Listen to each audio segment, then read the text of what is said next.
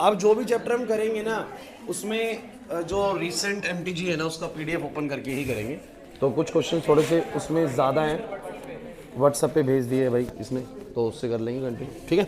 चलिए अब क्लास बच्चों बोर्ड पे जैस्मिन बंसिका इधर। एक तो स्ट्रेंथ कम क्यों आई सुबह मेरे को समझ में नहीं आ रहा। अरे सो रहे होंगे तो ड्यूअल नेचर चैप्टर इंपॉर्टेंट नहीं है। सो गाइज देखिए ड्यूअल नेचर के अंदर सबसे पहले शुरुआत होती है, देखो मैं आपको बताऊं इस चैप्टर के अंदर तो कुल मिला के दो ही टॉपिक हैं। एक हमारा है फोटो इलेक्ट्रिक इफेक्ट, एक टॉपिक जो है वो है फोटो इलेक्ट्रिक इफेक्ट, और एक जो टॉपिक है वो है डी ब्रॉगली वेवलेंथ, है ना। यही दो टॉपिक है, एक फोटो इलेक्ट्रिक इफेक्ट और डी ब्रॉगली वेवलेंथ। अब इन्हीं को खत्म करते हैं, कोशिश ये करते हैं कि अगर कुछ छूट भी जाए तो बस डी ब्रॉगली छूटे, फोटो इलेक्ट्रिक इफेक्ट के ऊपर सारा कुछ पूरा हो जाए। क्लियर है, उतना भी कर लेंगे तो कोई दिक्कत नहीं है, कल डी ब्रॉगली वाला हो जाएगा। सो गाइज सबसे पहले आप लोगों को ना दो चीज़ों के बीच में डिफरेंस पता होना बहुत ज़रूरी है। इस चैप्टर की शुरुआत मैंने ऐसे ही करी थी, और क्योंकि आपको भी पता है कि जब हम सारे ग्राफ पढ़ते हैं ना तो ये बल्ब्स के कलर चेंज होते हैं, बल्ब्स की वॉटेज चेंज होती है 60 वॉट से 100 वॉट, तो कुछ चीज़ें क्वेश्चंस बनते हैं उसके ऊपर, है ना। तो ये बड़ा इंपॉर्टेंट है। अब जैसे कि मान लीजिए मेरे पास दो बल्ब हैं, एक बल्ब मेरे पास है 60 वॉट का रेड बल्ब और एक मेरे पास है 100 वॉट का रेड बल्ब। ये डिफरेंस क्लियर होना बहुत ज़रूरी है। पहले भी मैंने इस चैप्टर की शुरुआत ऐसे ही करी थी बिल्कुल। तो आपको एक बात पता होनी चाहिए कि एक बल्ब के पास क्या होते हैं, एक बल्ब जो लाइट फेंकती है ना, इस लाइट के पास फोटॉन्स होते हैं, ये फोटॉन्स होते हैं। These photons are nothing but these are the packets और the bundles of light energy. इनमें लाइट होती है भाई, सिंपल सी बात है। एवरी लाइट जो है ना, हर लाइट अपने अंदर से कुछ फोटॉन्स को फेंकती है। ये फोटॉन्स कुछ नहीं होते हैं, फोटॉन्स एक तरीके से क्या होते हैं, पैकेट्स होते हैं लाइट एनर्जी के। क्लियर हो रहा है कि नहीं हो रहा। और जब भी ये पैकेट्स किसी भी चीज़ से टकराते हैं तो ये फूटने के बाद इसमें से क्या निकलती है, बोलो लाइट। मैं भी आप लोगों को सबको इसलिए दिख पा रहा हूँ क्योंकि इस रूम में जितनी भी लाइट जल रही है उस लाइट से फोटॉन्स आ रहे हैं, तो फोटॉन्स मुझ पर फूट रहे हैं और जिससे मेरे से क्या निकल रही है, बोलो लाइट। तो वो लाइट आपकी रेटिना पे जाती है, आपका रेटिना को ट्रेस करता है और आपको मैं दिख जाता हूँ ना कि कहाँ से लाइट आ रही है। तो कुछ ये कॉन्सेप्ट होता है। अब आपको बता दूं कि लाइट के पास से फोटॉन्स आ रहे हैं और हर फोटोन के पास जो एनर्जी होता है बोलो कितना होता है, E बराबर में h nu. Every photon has h nu energy. So if there are n photons तो टोटल एनर्जी कितना हो जाएगा बताओ जरा। तो टोटल एनर्जी हो जाएगा बच्चों NH न्यू। ये बड़ा इंपॉर्टेंट पॉइंट है कि आपको पता होना चाहिए कि every single photon has a energy of H into new, when new is the frequency of the light, है ना। तो रेड की फ्रीक्वेंसी अलग होगी, ग्रीन की फ्रीक्वेंसी अलग होगी, ब्लू की फ्रीक्वेंसी अलग होगी। और फ्रीक्वेंसी ऑर्डर भी अगर आप लोग जानना चाहते हैं तो आप लोगों को विब्ग्योर के बारे में जरूर पता होगा।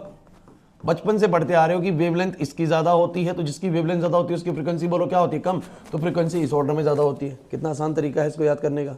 नहीं पता ये वाली बात, पता होगी ना। अरे नहीं पता क्या, है ना। उसके बाद तुम लोगों को ये भी पता है कि न्यू बराबर क्या होता है बताओ जरा, C बाय लैम्डा। तो अगर एक फोटोन की एनर्जी H न्यू है तो मैं चाहूं तो इसको HC बाय लैम्डा भी लिख सकता हूं। और टोटल फोटोन्स मेरे पास अगर n है तो टोटल एनर्जी जो लाइट के पास होगी वो होगी n times of H new. तो ये माजरा हमें साइड में पता है। अब आपसे पूछा गया कि 60 वॉट के रेड बल्ब और 100 वॉट के रेड बल्ब में क्या फर्क है। देखिए एक सिंपल सी बात है कि आप लोग बचपन से पढ़ते आ रहे हो, पावर का जो फॉर्मूला होता है ना वो होता है work done per unit time, है ना। तो इसकी यूनिट जो होती है ना, ये वर्क है बच्चों, इसकी यूनिट होगी जूल पर सेकंड, और इसी जूल पर सेकंड को तुम लोग लिख देते हो वॉट। क्या लिख देते हो बोलो, ये जो वॉट लिखा हुआ है ना आपको पता होना चाहिए जूल पर सेकंड है। तो एक्चुअली में ये बल्ब कितनी हर सेकंड में एनर्जी फेंक रहा है, 60 जूल, और ये कितनी फेंक रहा है बोलो, इसीलिए ज्यादा ब्राइट होता है। जो 100 वॉट का बल्ब होता है वो हर सेकंड के अंदर 100 जूल की एनर्जी फेंक रहा है, और जो थोड़ा सा कम ब्राइट है मतलब 60 वॉट का है वो 60 ही जूल फेंक रहा है, मतलब वो लेस ब्राइट होगा। लेकिन एक्चुअली फोटोन्स का क्या सीन है, इन दोनों में समझने की कोशिश करते हैं। इसके पास भी फोटोन्स हैं, फोटोन्स इसके पास भी हैं, लेकिन फर्क क्या है। देखिए फोटोन्स डिपेंड करते हैं फ्रीक्वेंसी पर। H तो कांस्टेंट होता है, Planck's constant, which is you know that 6.626 × 10⁻⁻34। और बाकी की चीज किस पे बोलो, फ्रीक्वेंसी पर। और फ्रीक्वेंसी हर कलर की बोलो क्या होती है, अलग होती है। लेकिन ये तो दोनों केसेस में कलर लाल ही है। अरे दोनों केसेस में कलर बोलो क्या है, लाल। तो फ्रीक्वेंसी क्या होगी, सेम। H भी क्या होगा, दोनों के लिए सेम। तो मुझे तुम बताओ जरा कि जो एनर्जी हो गई इसकी भी H न्यू हो गई और इसकी भी बोलो क्या हो गई, क्या फोटॉन्स की एनर्जी अलग है। तो हम बोलेंगे photons have same energy. Photons have, दोनों के फोटॉन्स के पास एनर्जी सेम है। फिर ऐसा क्या है कि भैया उसके बाद ज्यादा ब्राइटनेस है क्योंकि वो 1 सेकंड में 100 जूल एनर्जी फेंक रहा है और ये 1 सेकंड में 60 जूल। जब फोटोन की एनर्जी ही सेम है क्योंकि फ्रीक्वेंसी सेम है तो फिर एनर्जी ज्यादा कैसे हो सकती है? तो आप क्या बोलेंगे, उसके पास नंबर ऑफ फोटोन्स हर सेकंड में ज्यादा रिलीज हो रही है उसके। अब मान के चल लेते हैं इसके भी एक फोटोन की एनर्जी 1 जूल है तो उसकी भी कितनी है बोलो 1 जूल, लेकिन ये 1 सेकंड में 60 फोटोन फेंकता है और वो 1 सेकंड में 100 फोटोन्स फेंकता है, तो ऑब्वियसली बात है वो 1 सेकंड में 60 जूल की एनर्जी रिलीज करेगा और ये बोलो कितने की 100 जूल की। तो यहां पर दोनों बल्ब्स के बीच में क्या फोटोन्स की एनर्जी का फर्क है? नहीं सर, फोटोन्स की एनर्जी दोनों केस में क्या है बोलो सेम, बट इसके पास हर सेकंड में नंबर ऑफ फोटोन्स ज्यादा रिलीज हो रहे हैं, इसके पास क्या हो रहे हैं बोलो कम, इसलिए ये ज्यादा ब्राइट है और ये कम ब्राइट है। क्या तुम्हें समझ आया कि उसकी ब्राइटनेस ज्यादा क्यों है? क्योंकि उसके पास हर फोटोन की एनर्जी ज्यादा नहीं है, फोटोन्स की एनर्जी दोनों की सेम है, बट उसके पास क्या ज्यादा है बोलो, नंबर ऑफ फोटोन ज्यादा है। क्या तुम समझ भी पा रहे हो मैं क्या कहना चाह रहा हूं? नहीं आई बात समझ में? सबको क्लियर हो गया ये? तो दोनों का photons have same energy but number of photons are different. दोनों के नंबर ऑफ फोटोन्स बोलो क्या है? अगर मैं इसकी नेट एनर्जी बोलूं तो कितनी आएगी जरा बताओ? हर फोटोन की एनर्जी h और नंबर ऑफ फोटोन्स बोलो कितने n2, तो इसका जो नेट एनर्जी आएगा, इसका जो टोटल एनर्जी आएगा वो इतना आएगा। इसका टोटल एनर्जी बताओ कितना आएगा? n1 h। और हम क्या जानते हैं यहां पर, हेयर n2 ना n1 से ज्यादा है, n2 n1 से, तो इस कारण से जो मेरा नेट एनर्जी इसका है वो इससे ज्यादा होएगा, क्योंकि अगर h सेम है बट इसके पास नंबर ऑफ फोटोन ज्यादा हैं इसके मुकाबले, तो उसका जो नेट एनर्जी होगा वो क्या होगा? ज्यादा होगा। क्लियर हुआ या नहीं हुआ? या नहीं है बात समझ में? ये पहले भी सिखाया गया बच्चों आप लोगों को और बिल्कुल सेम प्रोसीजर से ही बताया गया होगा, कुछ भी अलग नहीं है। अगला वाला क्या बच्चों? बस पहली बार में टाइम ज़्यादा लगा था, अब जल्दी समझ में आ गया होगा नहीं आ गया होगा, है ना? एक बार करा रखा है तसल्ली से। इसके बाद अगला जो है ना वो है 60 वॉट का रेड बल्ब और यहां पर है 60 वॉट का ब्लू बल्ब। अब इनमें क्या सीन है क्लास बोर्ड पे? आप पहले तो मुझे ये बताओ, 60 वॉट रेड 100 वॉट रेड, दिमाग बिल्कुल क्लियर रहना चाहिए। रेड रेड है, कलर लाल ही है, तो फ्रीक्वेंसी सेम होगी दोनों की, तो फोटोन्स की एनर्जी सेम होगी सर, लेकिन वो हर सेकंड में 100 जूल एनर्जी फेंक रहा है और ये 60 जूल, तो उसके पास फोटोन ज़्यादा है। क्लियर होती है? अब एक बात मैं इसमें ऐड कर देता हूँ, सपोज करो कैलकुलेटिव पर्पस के लिए हर फोटोन के पास 1 ही जूल एनर्जी है, रेड वालों के पास कितनी बोलो 1 जूल, तो इसके 1 सेकंड में 100 फोटोन्स आ रहे होंगे तब 100 जूल बन जा रही है, इसका 1 सेकंड में 60 ही फोटोन आ रहे हैं तो 60 जूल बन जा रही है। रितिका बात समझ आ रही है? अब यहाँ वाले में क्या फर्क आएगा जरा बताओ? सबसे पहला फर्क तो आ जाएगा सर कलर का ही। अगर कलर ही चेंज हो गया है बल्ब का तो फोटोन की एनर्जी क्या हो चुकी है अब?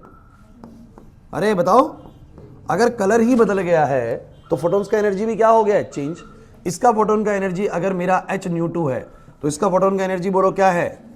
अब फोटोन्स का एनर्जी ही सेम नहीं है बच्चों, नहीं समझे मेरी बात को? अच्छा, किसके फोटोन की एनर्जी ज्यादा है ये बता दो? ब्लू वाले की, बिकॉज ब्लू की फ्रीक्वेंसी बोलो क्या होती है? ज्यादा होती है। अगर इसका 1 जूल का फोटोन है तो उसका 2 जूल का फोटोन है हर फोटोन, क्योंकि उसका फ्रीक्वेंसी ज्यादा है। लेकिन अगर ध्यान से जब ऑब्जर्व किया गया, इधर जब ऑब्जर्व किया गया तो पता लगा कि ये भी 60 ही जूल फेंकता है 1 सेकंड में और ये भी 60 ही जूल फेंकता है 1 सेकंड में। अब ये क्या सीन है?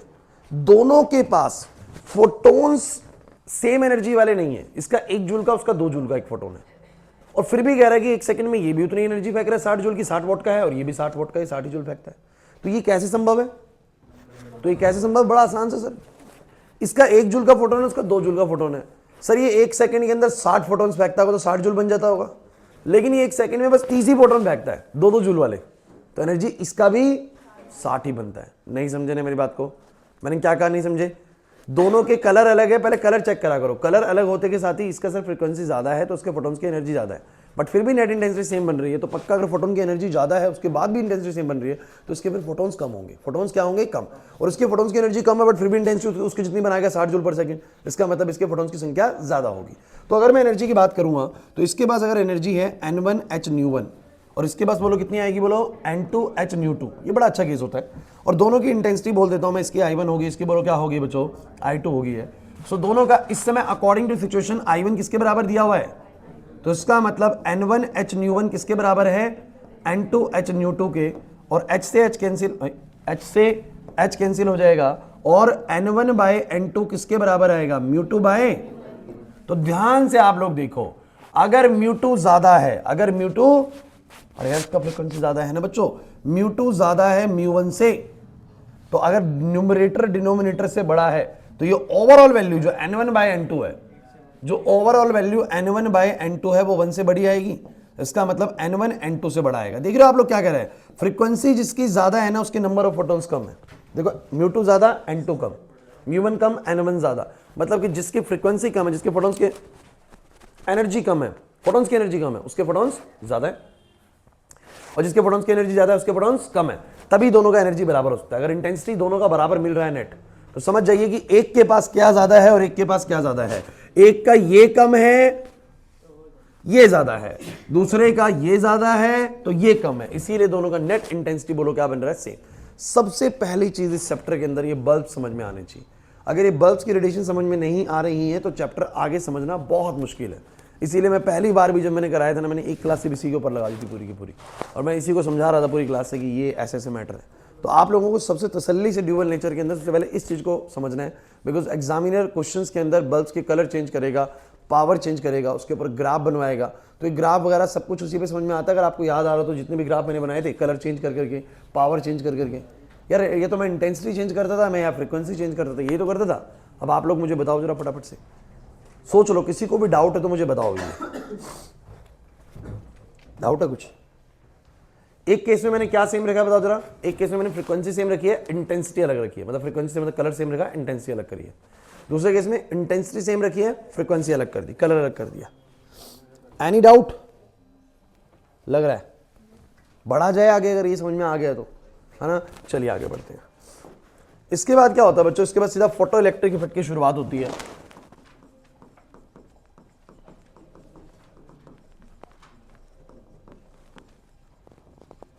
फोटो इलेक्ट्रिक इफेक्ट में क्या होता है कि मेरे पास एक मेटल प्लेट होती है, इस तरीके से मेरे पास एक स्पेस क्रिएट करा जाता है, यहां पर ये कलेक्टर प्लेट होती है,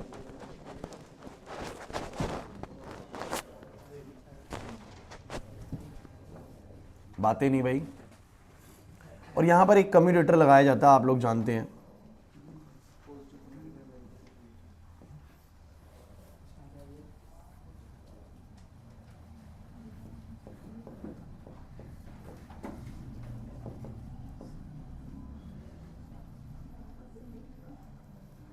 कैसा ही बना दीजिए कोई फर्क नहीं पड़ता, मतलब कम्यूटेटर बना दीजिए बस।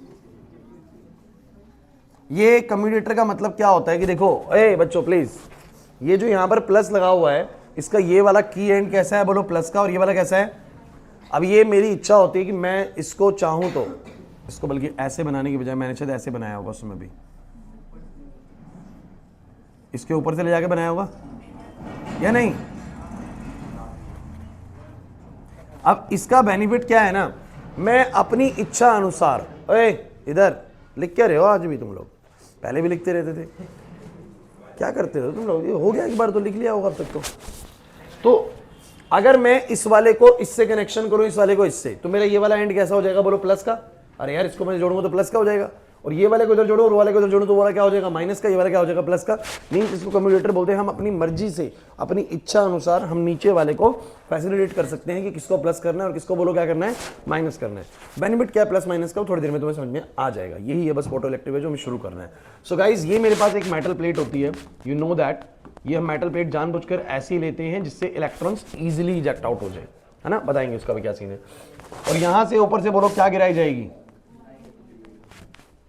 भाई बातें नहीं, यहां से लाइट को फॉलो ऑफ किया जाएगा।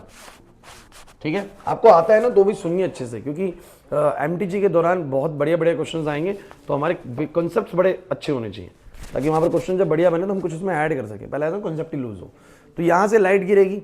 अब लाइट किसी भी कलर की होगी तो उसका फ्रीक्वेंसी अलग होएगा, और कितने भी फोटोन्स हो सकते हैं, मतलब इंटेंसिटी के हिसाब से। 60 जूल की है तो कम फोटोन है, 100 जूल की 100 वॉट का बल्ब है तो ज्यादा फोटोन्स है। लाल कलर का बल्ब है तो कम एनर्जी वाले फोटोन्स हैं, ब्लू कलर का बल्ब है तो ज्यादा एनर्जी वाले फोटोन्स हैं। समझ में आने लगी ये चीज हमें। अब होता क्या है बच्चों, हर एक लाइट में से फोटोन्स आ रहे होते हैं, और ये फोटोन्स मेटल के सरफेस पे स्ट्राइक करते हैं। एक्चुअली मेटल के सरफेस पे, किसी भी मेटल के सरफेस पे, if it is a metal, so इस मेटल के सरफेस पे बहुत सारे एटम्स बैठे हुए हैं, और उन एटम्स के अंदर क्या है बताओ जरा। उन एटम्स के, कोई भी एटम है तो उसके अंदर क्या है, सबसे उसके आउटर इलेक्ट्रॉन्स भी है, जो सबसे लूजली बाउंड है, जो सबसे लूजली बाउंड इलेक्ट्रॉन्स होते हैं किसी भी एटम के अंदर।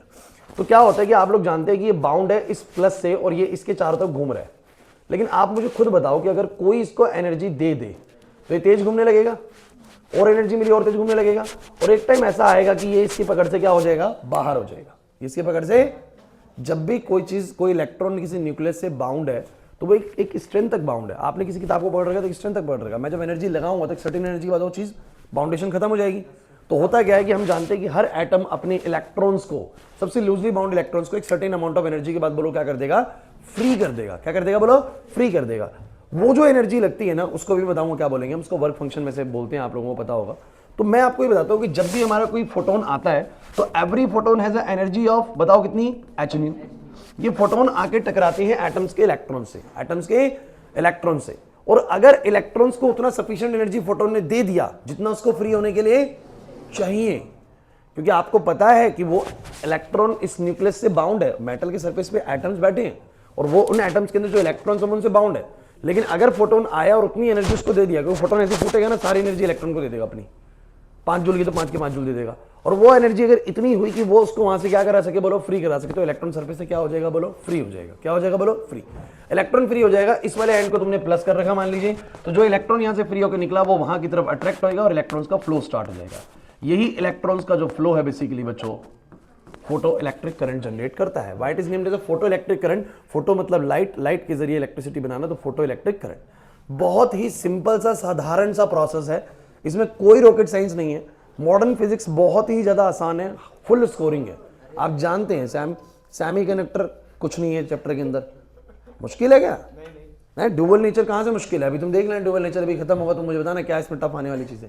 तो आप लोग मुझे बताइए जरा कि लाइट गिरेगी, लाइट के पास क्या होंगे, photons. These photons strikes to the electron, metal surface से स्ट्राइक करेंगे और उसके ऊपर जो बैठे होंगे एटम्स, उनके इलेक्ट्रॉन्स को एनर्जी देंगे। अगर वो एनर्जी सफिशिएंट हुई उसके इलेक्ट्रॉन्स को वहां से फ्री कराने के लिए, तो वो फ्री कर देंगे और फिर पॉजिटिव टर्मिनल की तरफ चलेंगे और फिर सर्किट में फ्लो करते हैं, करंट बनेगा। ये हमारी कलेक्टर प्लेट होती है। लेकिन इस पूरे मुद्दे के बीच में एक चीज हमने नहीं डिस्कस करी, वो है वर्क फंक्शन। तो आप लोगों को जानना पड़ेगा कि हमारे जितने भी मेटल्स होते हैं ना बच्चों, इनका अपना एक वर्क फंक्शन होता है। वर्क फंक्शन, इसको हम डिनोट करते हैं बच्चों किससे, फाई से।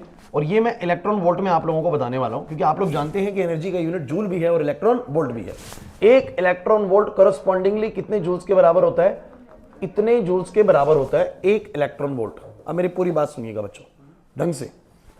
यहां मैं मेटल लिखूंगा, यहां मैं उसके वर्क फंक्शन लिखूंगा, दिखा रहा मैंने पहले भी लिखवाए होंगे, तो मुझे दे दो, जल्दी हो जाएगा ये।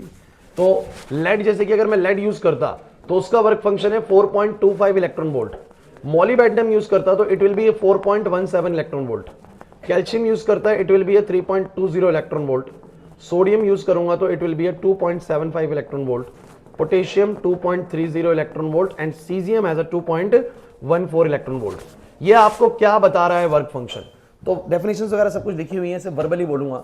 वर्क फंक्शन आपको क्या बताता है? It determines the minimum amount of energy required to remove the loosely bound electron from the metal surface. भाई मेटल के सरफेस पे बैठे जो एटम्स हैं उनका सबसे लूजली बाउंड इलेक्ट्रॉन निकालने में जो एनर्जी लग रही है वो बोलो क्या है, वर्क फंक्शन। जैसे कि सीजियम का मेटल है मेरा, तो इसके सरफेस से सबसे लूजली बाउंड इलेक्ट्रॉन निकालना होगा ना, लूजली मतलब आउटर शेल का इलेक्ट्रॉन निकालना होगा, कितना एनर्जी खर्च होगा, 2.14 का एनर्जी खर्च होगा। ढंग से सुनिएगा, इलेक्ट्रॉन वोल्ट्स में बात कर रहे हैं, नहीं आ रही बात समझ। लेकिन यही अगर इलेक्ट्रॉन मेटल सरफेस, किसके मेटल सरफेस से निकालना बोलो, लेड के। अगर लेड के सरफेस से निकालना हो तो एनर्जी चाहिए 4.25 इलेक्ट्रॉन वोल्ट्स की। मतलब कि लेड के इलेक्ट्रॉन थोड़ा ज्यादा टाइटली बाउंड है अपने एटम से, तो उनके इलेक्ट्रॉन्स को फ्री कराना थोड़ा मुश्किल है। समझ आ रहा है? What does work function determines? Work function आपको बताता है मिनिमम कितना एनर्जी लगेगा। मैं इस बात को अच्छे से सुनना, जो मैं बार बार जोर दे रहा हूं कि मिनिमम कितना एनर्जी लगेगा। तो सीजियम के सरफेस से अगर इलेक्ट्रॉन को निकालना है तो मिनिमम कितना एनर्जी खर्च होगा बोलो, 2.14 तो खर्च होना ही है। तब खर्च होना ही है, ये तब खर्च होना है जब बिल्कुल सबसे आउटर का इलेक्ट्रॉन निकलेगा। लेकिन कभी कभी थोड़ा अंदर का इलेक्ट्रॉन भी निकलता है और उस समय जो एनर्जी लगता होगा वो इससे थोड़ा सा क्या लगता होगा, ज्यादा। डोंट मिस इंटरप्रेट कि सीजियम से हमेशा जो इलेक्ट्रॉन्स निकलते हैं उन पे इतना ही एनर्जी खर्च होता है, इतना मिनिमम खर्च होता है। कहने का मतलब जो सबसे आउटर शेल में बैठा होगा, बिल्कुल मेटल के सरफेस में बैठा होगा, उसको निकालने में इतना लगता है। बाकी अगर कोई थोड़ा अंदर से आता होगा उसको निकालने में इससे ज्यादा लगता होगा। ये कौन सी एनर्जी बताता है आपको? मिनिमम खर्च हुई एनर्जी। नहीं आ रही ना बात समझ में? क्लियर हो रहा है कि नहीं हो रहा? अगर उससे ज्यादा वाली चीज निकालेगा, अंदर वाली चीज निकालेगा, तो एनर्जी और ज्यादा खर्च होने वाली है। Is that fine to you or not? तो भैया एक छोटी सी बात सुने, इसको इलेक्ट्रॉन वोल्ट में समझा रहा हूं, बट इसको ट्रीट अब जूल में कर लीजिएगा ताकि हमारा काम थोड़ा सा आसान हो जाए। मैंने पहले तुम लोगों को वर्क फंक्शन कितना एग्जांपल लेके करवाया था बच्चों? 3 जूल का, 2 जूल का? मैं एग्जांपल ले रहा था कुछ आपका वर्क फंक्शन का कि कितना मैं वैल्यू ले रहा हूं। वर्क फंक्शन 7 जूल का ले रहा था।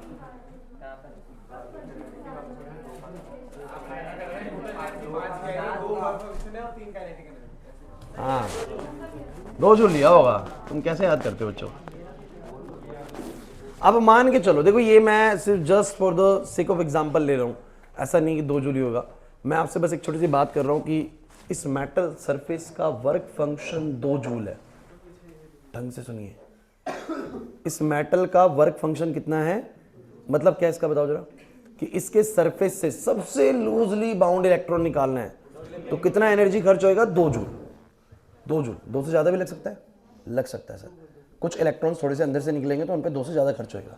मान लेते हैं, सपोज करते हैं कि मेरे फोटोन का जो एनर्जी है ना वो है 7 जूल का। कितने जूल का?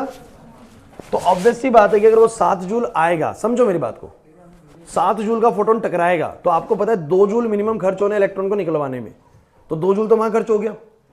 अरे यार मेरी कुछ एनर्जी तो यही खर्च होगी ना इससे किताब छीनने में, तो यहां पर कुछ 2 जूल तो खर्च हो गया। बचा कितना? 5 जूल। कितना बचा बोलो? वो इसके पास as a kinetic energy left रह जाता है। तो अगर आप ढंग से कैलकुलेशन को समझे तो आप लोग ये बोलोगे कि जो एनर्जी ऑफ द फोटोन है, वन एनर्जी मतलब photon of the one energy, मतलब एक फोटोन का जो एनर्जी है बोलो कितना? E। वो 2 कामों में स्पेंड होता है। बोलो क्या? वर्क फंक्शन प्लस में बोलो क्या? अगर मैं वर्क फंक्शन उसको जोड़ दूं तो उसकी एनर्जी पता लग जाएगी, बिकॉज आप थोड़ा दिमाग लगाओ कि उसकी एनर्जी कहां खर्च होती है। वो जो गिरता है तो उसकी कुछ एनर्जी पहले किस में खर्च होती है? बोलो वर्क फंक्शन में। बची हुई एनर्जी उसके पास रिमेनिंग रह जाती है, बोलो क्या? As a kinetic energy. Priyanshu नहीं है बात समझ में? यार कोई दिक्कत लग रहा है इसके अंदर? E is equal to 5 plus K. ओए रुक जा निखिल, समझ में आ गई वाली बात? बोल बताऊं तेरे को? अच्छा मेरे को लग रहा है बोल।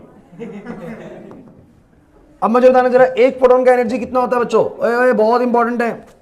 एक फोटोन का एनर्जी h न्यू है। फॉर्मूला बनाते हैं एक बार। एक फोटोन का एनर्जी क्या है बोलो? h new. आप जानते हैं वर्क फंक्शन का इन्होंने फॉर्मूला बोला h न्यू नॉट। भाई ये समझना बहुत जरूरी है, ये बहुत इंपॉर्टेंट है। अब आप लोगों को मैं एक सिंपल सी बात बताता हूं, किसी मेटल का वर्क फंक्शन कैसे पता लगाया गया होगा? हाँ भाई, किसी मेटल का वर्क फंक्शन कैसे पता लगाया गया होगा हर्ष? जैसे कि मान ले मैं 5 हर्ट्ज की लाइट को गिरा रहा हूं, मेरी बात को समझना। अच्छा मेरा थोड़ा एक सवाल है तुम लोगों से, इसका वर्क फंक्शन 2 जूल का है। अगर मैंने 1 जूल की ही लाइट गिराई होती, फोटोन की 1 जूल की एनर्जी होती, क्या इलेक्ट्रॉन निकलता? नहीं निकलता ना। एक मिनिमम अमाउंट ऑफ एनर्जी तो होना चाहिए फोटोन के पास, तभी इलेक्ट्रॉन निकलेगा, अदरवाइज इलेक्ट्रॉन। अब इसको थोड़ा सा मैथमेटिकली समझने की कोशिश करते हैं, मेरी बात को समझने की कोशिश करना। मान लेते हैं कि मैंने इसके ऊपर 5 हर्ट्ज की लाइट को गिराया। कितने हर्ट्ज की बोलो? 5 हर्ट्ज। तो मेरे फोटोन की एनर्जी कितनी है बस ये बताओ? 5h, क्योंकि आपको पता है h न्यू होता है। क्या होता है बोलो? h new. अगर फ्रीक्वेंसी 5 हर्ट्ज की है तो 5h की मैंने लाइट गिराई और मैंने पाया फोटोन नहीं निकला। फोटोन क्या मतलब है इसका?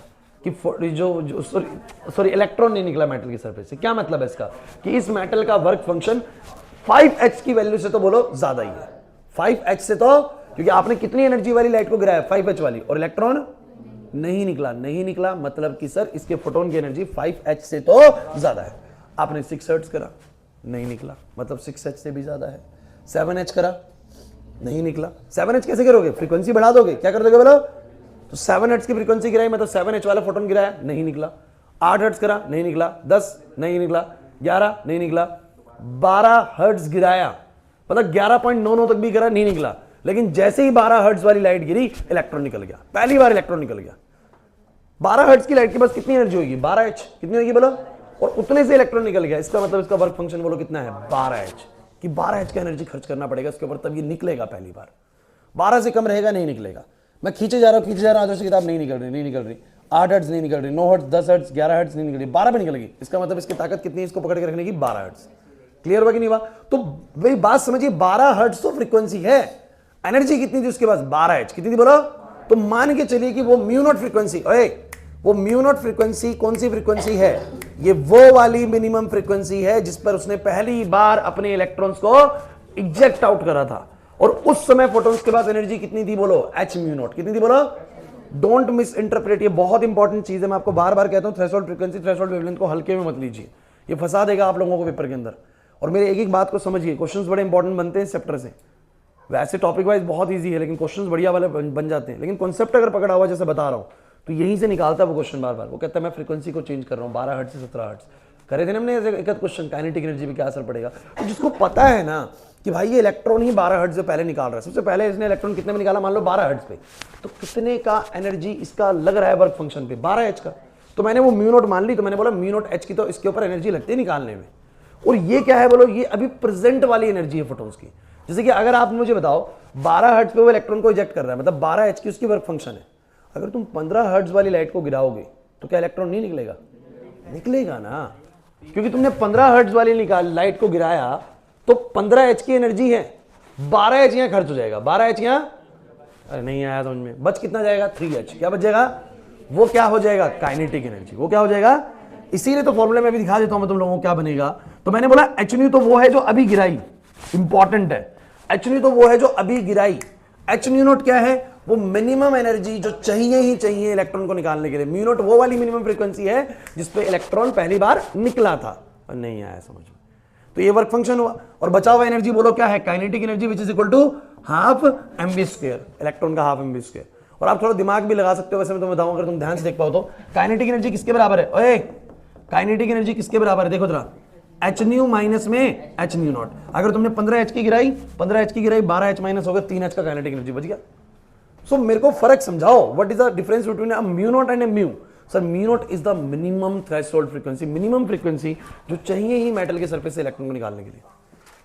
अगर म्यू नॉट से ज्यादा गिरा होगा तो निकलेगा वैसे भी सर, लेकिन बच भी जाएगा कुछ ना कुछ ऐसे काइनेटिक एनर्जी, लेकिन म्यू नॉट तो मिनिमम चाहिए। और वो हमने कैसे कैलकुलेट करा, हमने हर मेटल के ऊपर डिफरेंट डिफरेंट फ्रीक्वेंसी के लाइट को गिरा के देखा, और देखा कि कौन से मेटल ने कितनी फ्रीक्वेंसी पे लाइट को क्या कर दिया, इलेक्ट्रॉन को रिलीज कर दिया, वो उसका बोलो क्या बन गया, वर्क फंक्शन। किसी ने 12 हर्ट्ज की पे रिलीज करा तो उसका 12 एच का वर्क फंक्शन हो गया। किसी ने 7 हर्ट्ज की लाइट पे ही इलेक्ट्रॉन को इजेक्ट कर दिया तो उसका 7 एच का वर्क फंक्शन हो गया। क्लियर हुआ कि नहीं हुआ, जल्दी निकाल देता है इलेक्ट्रॉन्स को। अरे नहीं आया समझ में, तो वर्क फंक्शन का फॉर्मूला एच म्यू नॉट क्यों रखा, समझ आया आप लोगों को, क्योंकि एच म्यू नॉट एक एनर्जी बता देता है कितनी एनर्जी पर उसने इलेक्ट्रॉन को निकाला था। Is that clear to you or not, पक्की बात है। अब मुझे बताओ जरा, ये वाली इक्वेशन तुम्हें समझ में आती है कि नहीं आती, एच न्यू लाइट गिरा रहे। अच्छा एक बात, इसका जवाब दे दो मुझे फटाफट से। अगर मेरी लाइट की फ्रीक्वेंसी, अगर मेरी लाइट की फ्रीक्वेंसी थ्रेशोल्ड से कम है, अगर मेरी लाइट की फ्रीक्वेंसी थ्रेशोल्ड फ्रीक्वेंसी से कम है, तो कोई फोटो इलेक्ट्रिक एमिशन नहीं होने वाला, नो फोटो इलेक्ट्रिक एमिशन। समझे ही नहीं। अगर मेरी लाइट की फ्रीक्वेंसी ज्यादा है थ्रेशोल्ड से, थ्रेशोल्ड मतलब मिनिमम जितना चाहिए उससे ज्यादा वाली गिरी, 12 चाहिए आपकी 15 डाल रहे हो, चाहिए 12 आप डाल रहे हो 7 की, नहीं निकलेगा। तो आपने ज्यादा डाली तो फोटो इलेक्ट्रिक इफेक्ट होगा,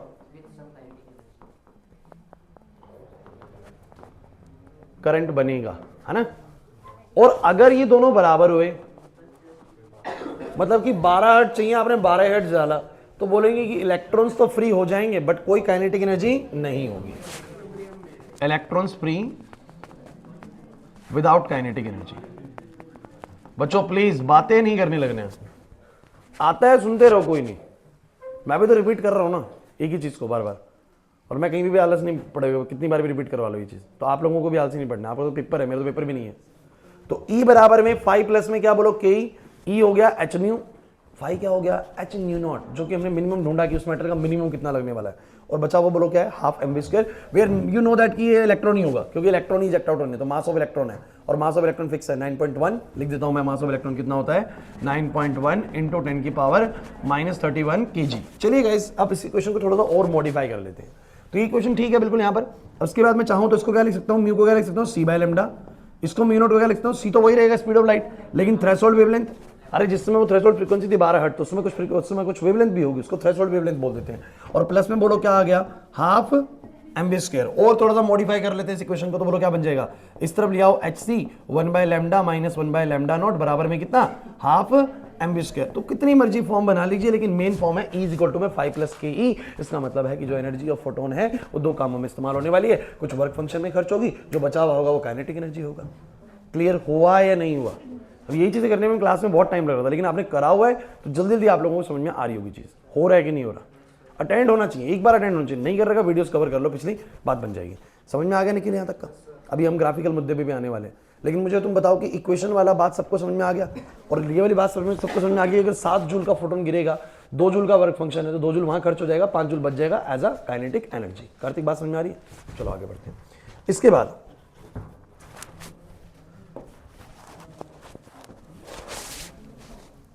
क्या चैप्टर 5 नंबर से कम का नहीं है, 3 नंबर का कोई मत बोलना है इस चैप्टर को।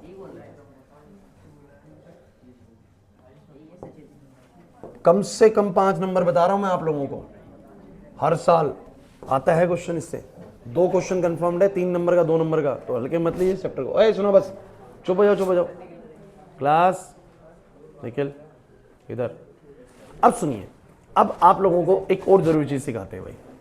आपको ये बात पता लग गई कि अरे बच्चों प्लीज, वहां से फोटोन गिरेगा, इलेक्ट्रॉन निकलेगा, यहां की तरफ भागेगा, करंट बनेगा। अब इसका एक ग्राफ और समझते हैं बच्चों, प्लीज बातें मत करो यार। देखो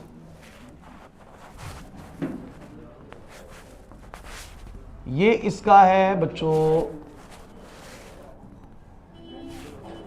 फोटो इलेक्ट्रिक करंट एक्सिस,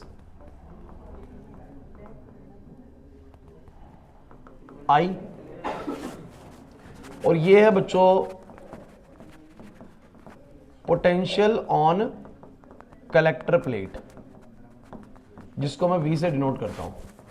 ये है कि इस कलेक्टर प्लेट पे मैंने क्या पोटेंशियल लगाया, और ये है यहां पर 0 पोटेंशियल, और यहां जाऊंगा तो कैसा पोटेंशियल है, पॉजिटिव का, और यहां जाऊंगा तो मतलब मैं इस प्लेट को नेगेटिव पोटेंशियल भी कर सकता हूं। अच्छा आप कहेंगे सर पॉजिटिव करोगे तो मदद मिलेगी इलेक्ट्रॉन्स को आने में, वो इलेक्ट्रॉन नेगेटिव होते हैं। नेगेटिव करोगे तो इलेक्ट्रॉन रुक जाएंगे सर, रुकना चाहेगा इलेक्ट्रॉन, क्योंकि नेगेटिव नेगेटिव को बोलो क्या करता है, रिपेल करता है। ढंग से सुनिएगा, बहुत जरूरी चीज पे है। तो मुझे तुम बस इतना बताओ कि मैं इस कलेक्टर प्लेट पे पोटेंशियल अगर पॉजिटिव करूंगा तो इलेक्ट्रॉन्स को मदद मिलेगी, बिकॉज ये पॉजिटिव पोटेंशियल इसके ऊपर कुछ वर्क डन करेगा और अपनी तो खींचेगा। नेगेटिव करूंगा तो भी वर्क डन करेगा और उसको अपोज करने के लिए वर्क डन करेगा, और वो रोकना शुरू कर देगा इलेक्ट्रॉन्स को। तो हमने जब इसका ग्राफ बनाया तो हमने क्या पाया कि अगर मान लो कि मैं सर्किट कनेक्टेड रखता हूं और मैं 0 पोटेंशियल भी लेता हूं, तो यहां से फोटॉन्स गिरते रहेंगे, इलेक्ट्रॉन्स निकलते रहेंगे, और काइनेटिक एनर्जी तो है ना इलेक्ट्रॉन्स के पास, तो वो सर्किट में आएंगे और 0 पोटेंशियल पर भी कुछ करंट तो बनेगा। समझना मेरी बात को ध्यान से, इंपॉर्टेंट चीज है। लेकिन जैसे ही मैं कुछ पॉजिटिव में पोटेंशियल को बढ़ाने की कोशिश करूंगा, 1 वोल्ट 2 वोल्ट में कुछ पोटेंशियल बढ़ाऊंगा ऐसे करके, 1 वोल्ट प्लस में, 2 वोल्ट प्लस में, तो इससे क्या फायदा होने वाला है। जब मैं प्लस में करूंगा ना तो बच्चों कभी कभी क्या होता है, जैसे कि तुम्हारे 7 जूल वहां पर उस फोटोन की एनर्जी है, यहां कितना खर्च हुआ है 2 जूल, लेकिन मैं बार बार आपसे कह रहा हूं कि 2 जूल तो मिनिमम खर्च हुआ है। किसी किसी इलेक्ट्रॉन को निकालने के लिए हमारा 3 जूल भी खर्च हुआ होगा। चलिए इससे पहले क्वेश्चन करना चाहिए था हमें, वो मैंने आपसे नहीं करा, अभी पूछ लेता हूं, क्या इन सभी इलेक्ट्रॉन्स की जो इलेक्ट्रॉन्स निकल रहे हैं, क्या सबकी काइनेटिक एनर्जी एक जैसी है? पूछा था मैंने उस दिन भी ये, do all the electrons have the same kinetic energy? MTG में भी एक क्वेश्चन है और इसका आंसर भी कुछ गड़बड़ दिया हुआ है, ठीक है। एक आध क्वेश्चन का आंसर गड़बड़, जैसे सेमीकंडक्टर में आपको 2 क्वेश्चंस के मैंने दिखाया आंसर गलत दिया एमटीजी में, तो हम जब भी एमटीजी करेंगे उनको करेक्ट कर लिया करेंगे, ठीक है। और विद प्रॉपर हम ऑथेंटिकेटेड सोर्स से देख के ही उसको कंफर्म करते हैं, अपने अंदाजे से नहीं। उसके बाद कंफर्म करते हैं कि वहां पर भी ऐसे ही दिया हुआ जैसे हम सोच रहे हैं, तो ही इसको करेक्ट करते हैं, जैसे वहां पर करेक्ट करा था, ठीक है। तो मेरी बात समझना, क्या सारे इलेक्ट्रॉन्स का काइनेटिक एनर्जी एक जैसा होता है सचिन? क्या सारे इलेक्ट्रॉन्स का काइनेटिक एनर्जी एक जैसा होगा? बहुत सारे इलेक्ट्रॉन्स निकले हुए, अरे बहुत सारे फोटॉन्स गिर रहे हैं, अगर बहुत सारे फोटॉन्स गिर रहे हैं तो बहुत सारे इलेक्ट्रॉन्स निकलेंगे, और बहुत सारे जो इलेक्ट्रॉन्स निकलेंगे, क्या सबका काइनेटिक एनर्जी सचिन 5 जूल होगा क्या? क्यों नहीं होगा 5 जूल बताओ? क्योंकि आप कहेंगे सर जब वो 7 गिरता है तो 2 खर्च होता है, बाकी का 5 बच जाता है, तो 5 जूल वाले तो होंगे, 5 जूल वाले तो, हाँ भाई नीरज 5 जूल वाले तो होंगे सर, लेकिन 5 जूल वाले सिर्फ सब तब निकलेंगे जब सबसे कम एनर्जी खर्च हुआ इलेक्ट्रॉन को निकालने के लिए, मतलब बिल्कुल मेटल के सरफेस पे बैठे आउटर शेल के इलेक्ट्रॉन्स निकले तो 2 जूल खर्च होता है। आपने बताया उसने वर्क फंक्शन 2 जूल है, तो 5 जूल बच जाएगा। लेकिन कभी कभी तो इलेक्ट्रॉन थोड़ा अंदर वाली शेल से भी निकलेगा ना, और जब इलेक्ट्रॉन थोड़ा अंदर वाली शेल से निकलेगा तो एनर्जी 2 जूल नहीं 3 जूल भी खर्च हो सकता है, 4 जूल भी खर्च हो सकता है, 5 जूल भी खर्च हो सकता है। Work function just determine the minimum amount of energy, minimum amount of energy जो यूज होने वाली है ड्यूरिंग द फोटोइलेक्ट्रिक एमिशन। उससे ज्यादा बिल्कुल लग सकती है, कम नहीं लगेगी सर, 2 से कम नहीं लगेगी, बस समझ में आ रहा है? किसी कंपनी में गए, वो गाड़ी का आपको बता देते कि गाड़ी का बेस मॉडल तो भैया इतने का, इससे कम में आपको नहीं मिलेगा, इससे ऊपर का आप जितना मर्जी ले सकते है ना। तो मिनिमम वाला हिसाब किताब बता दिया कि मिनिमम तो खर्च होना है भाई, इससे ऊपर खर्च हो सकता है जितना आप उसमें इलेक्ट्रॉन निकलवाएंगे। और क्लास प्लीज, तो कभी कभी इलेक्ट्रॉन को निकालने में 3 जूल भी खर्च हुआ, लक्ष्य है, कभी कभी इलेक्ट्रॉन को निकालने में 3 जूल भी खर्च हुआ, और 3 जूल खर्च हुआ तो कितना बचा, 4 जूल बच गया। तो 4 जूल वाले काइनेटिक एनर्जी वाले इलेक्ट्रॉन्स भी हैं। कभी कभी इलेक्ट्रॉन को निकालने में 4 जूल भी खर्च हुआ तो बचे कितने, 3 जूल वाले भी बचे।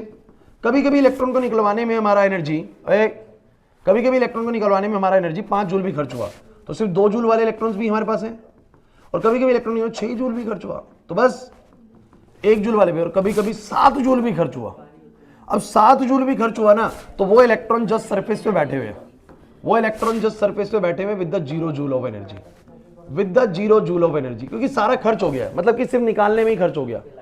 अब 8 जूल मत बोल दीजिएगा, क्योंकि 7 जूल है तो 8 जूल खर्च नहीं हो सकता। क्लियर है?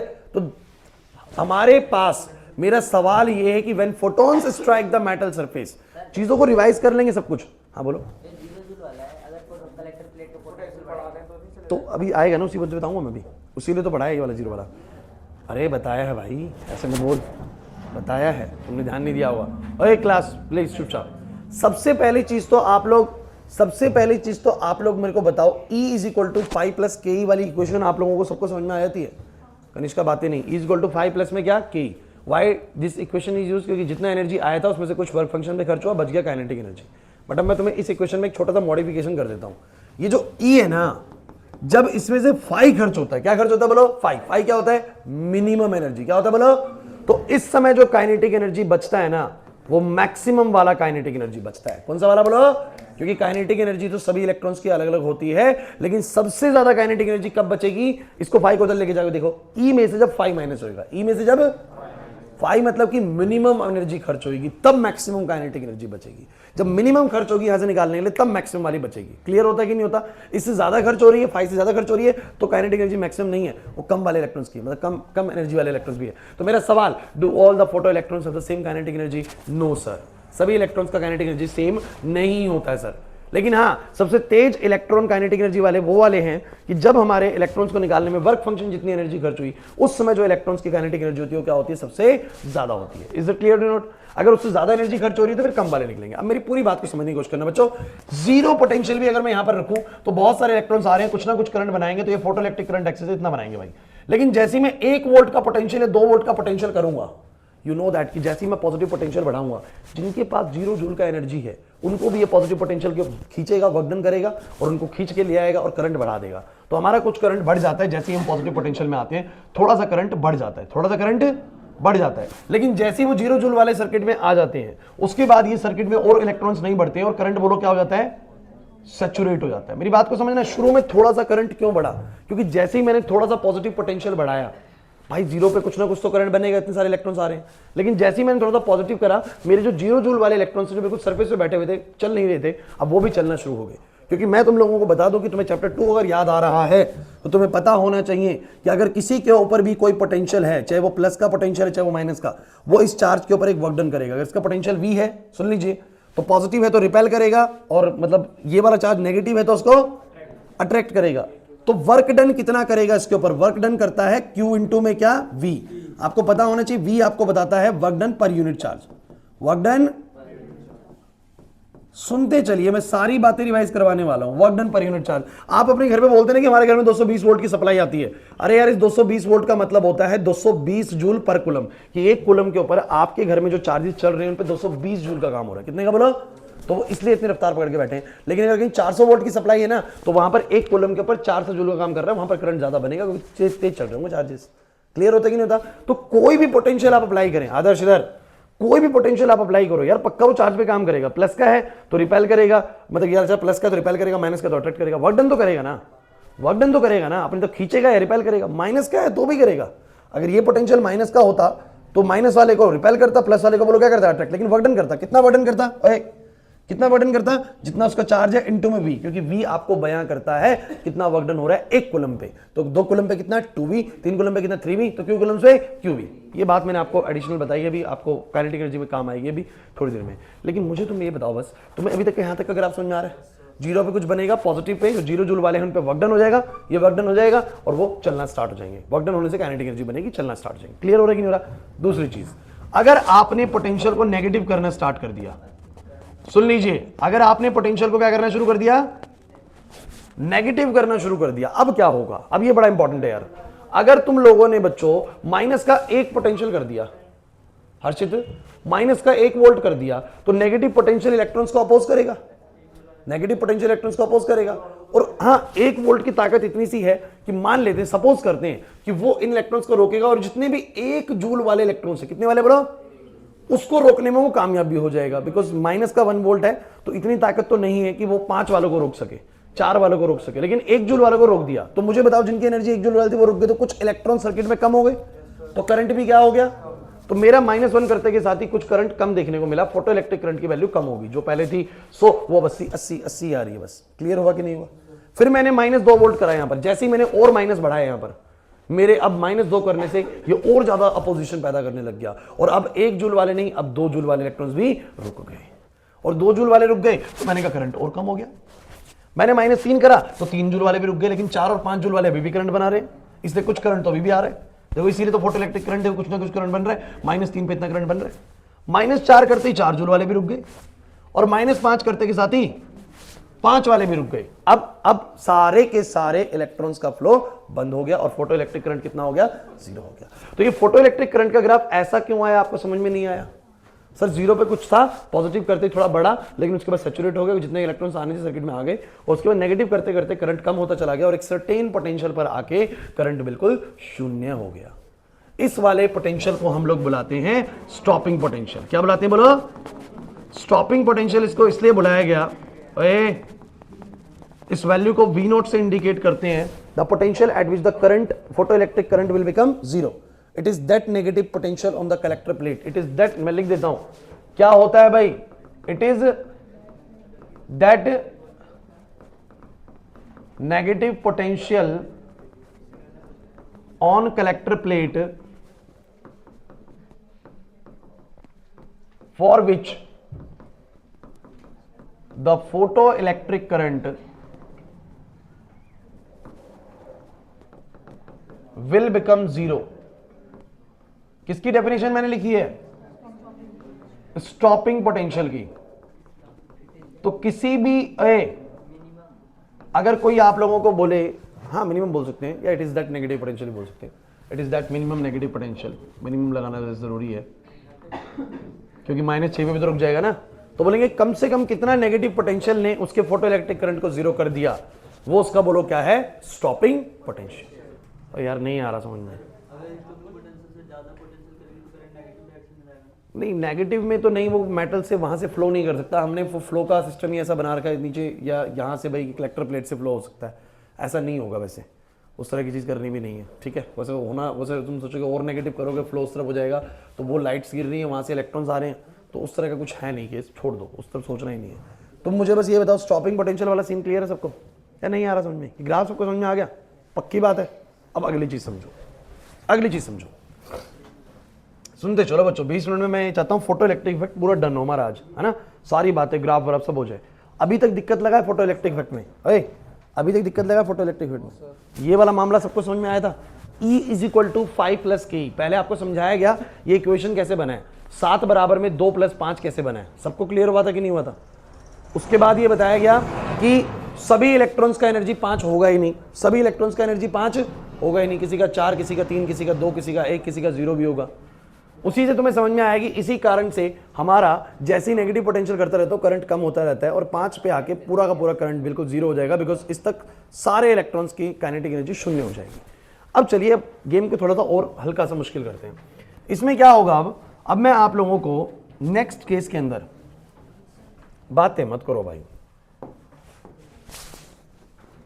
हो जाएगा फोटो इलेक्ट्रिक इफेक्ट अच्छे से आज पूरा।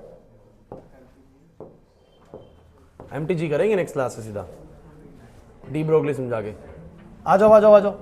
अब एक चीज समझते हैं भाई। ओए बस यहां पर मान लो बच्चों, एक ना हमने ब्लू बल्ब लिया,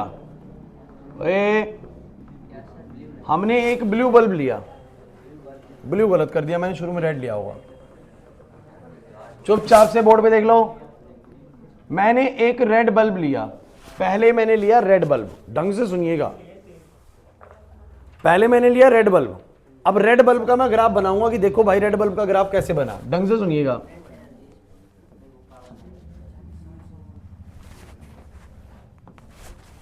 अब आपको सर वोल्टेज कितनी है, तो मान लो 100 वोल्ट का रेड बल्ब है। कितने वोल्ट का बोलो, 100 वोल्ट का रेड बल्ब है। अब डिफरेंस को समझने की कोशिश करना। सपोज करते हैं, रुक जा भाई, 100 वोल्ट के रेड बल्ब के पास फोटॉन्स निकले, हर फोटोन की एनर्जी कितनी है, 7 जूल। जो सिनेरियो दिया हुआ वही लेते हैं। वर्क फंक्शन कितना होना है, 2 जूल। मैक्सिमम इलेक्ट्रॉन कितनी काइनेटिक एनर्जी से निकलेगा, 5 से। क्या 5 से ऊपर निकल सकता है, पहले बताओ। 5 से ऊपर नहीं निकल सकता, 5 से नीचे वाला निकल सकता है सर, क्योंकि जब ज्यादा खर्च होगी एनर्जी तो नीचे वाला जरूर निकलेगा।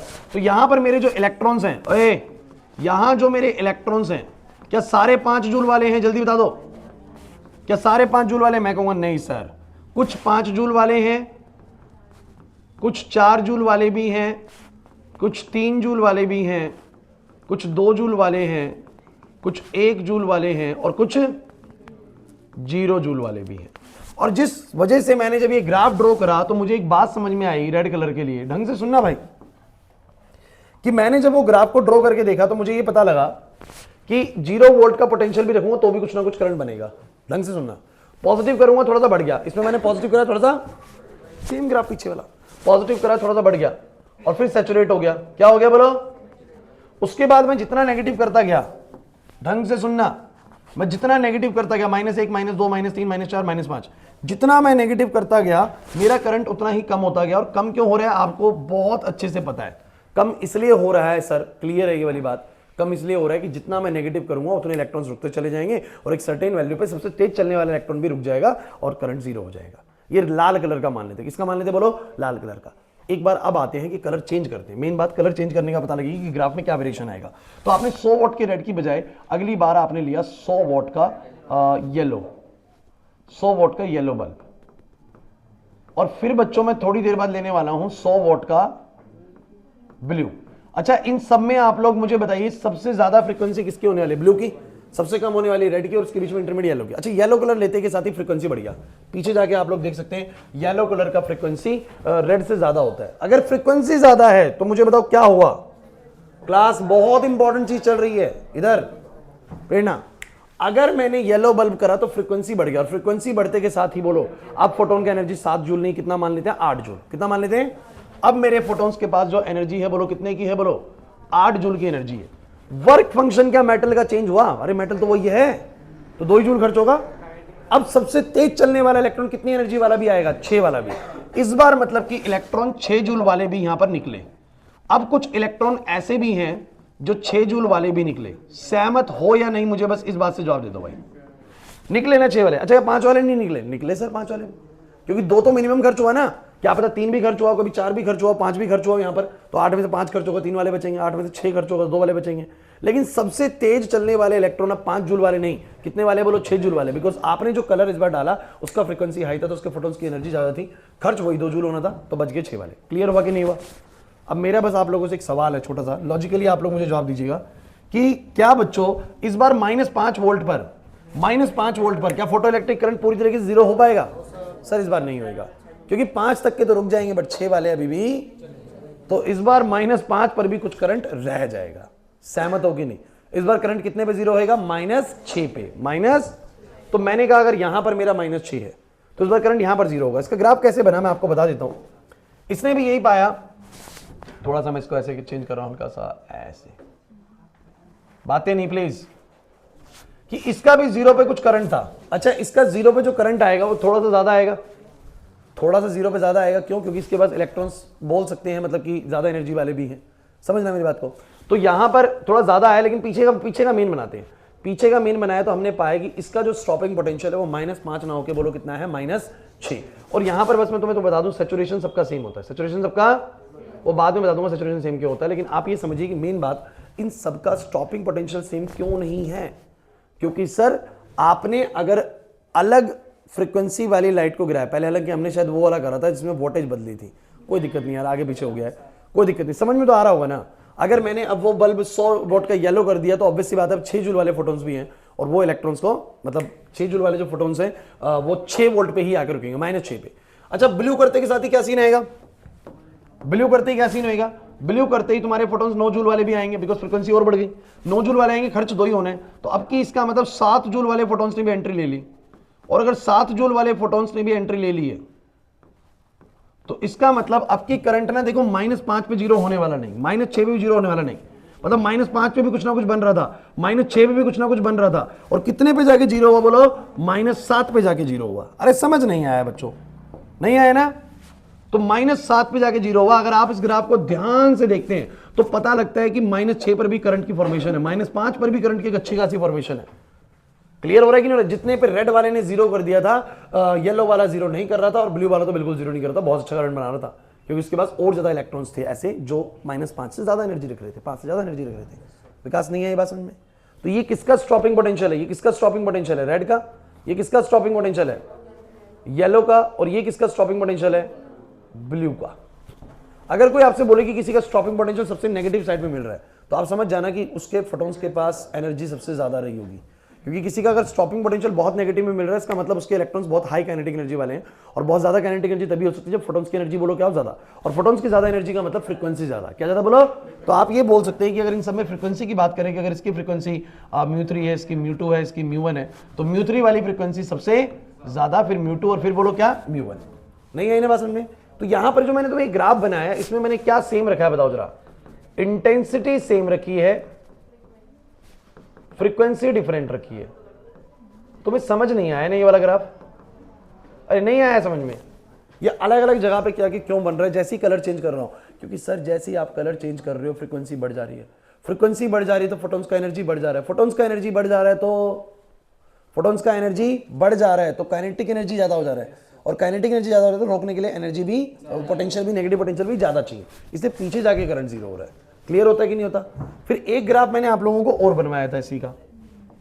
भाई देखो, कल जब मैं आप लोगों को पढ़ाऊं ना तो ये आने चाहिए आप लोगों को, सीधे आने चाहिए कि जब मैं बोलूं कि देखो फ्रीक्वेंसी चेंज कर रहा हूं, इंटेंसिटी वही रख रहा हूं, तो आपको पता हो कि फ्रीक्वेंसी चेंज कर रहे हैं सर तो फोटॉन्स का एनर्जी बढ़ रहा है, 7 से 8 से 9 जूल जा रहा है, फोटॉन्स का एनर्जी बढ़ रहा है, वर्क फंक्शन उतना ही खर्च होना, तो इलेक्ट्रॉन ज्यादा तेज निकलेंगे, और ज्यादा काइनेटिक एनर्जी इलेक्ट्रॉन निकलेंगे तो उनको रोकने के लिए नेगेटिव पोटेंशियल भी ज्यादा चाहिए होगा। तो दिमाग ऐसे क्लिक करे चीजों को, समझ गए तो करेगा क्लिक।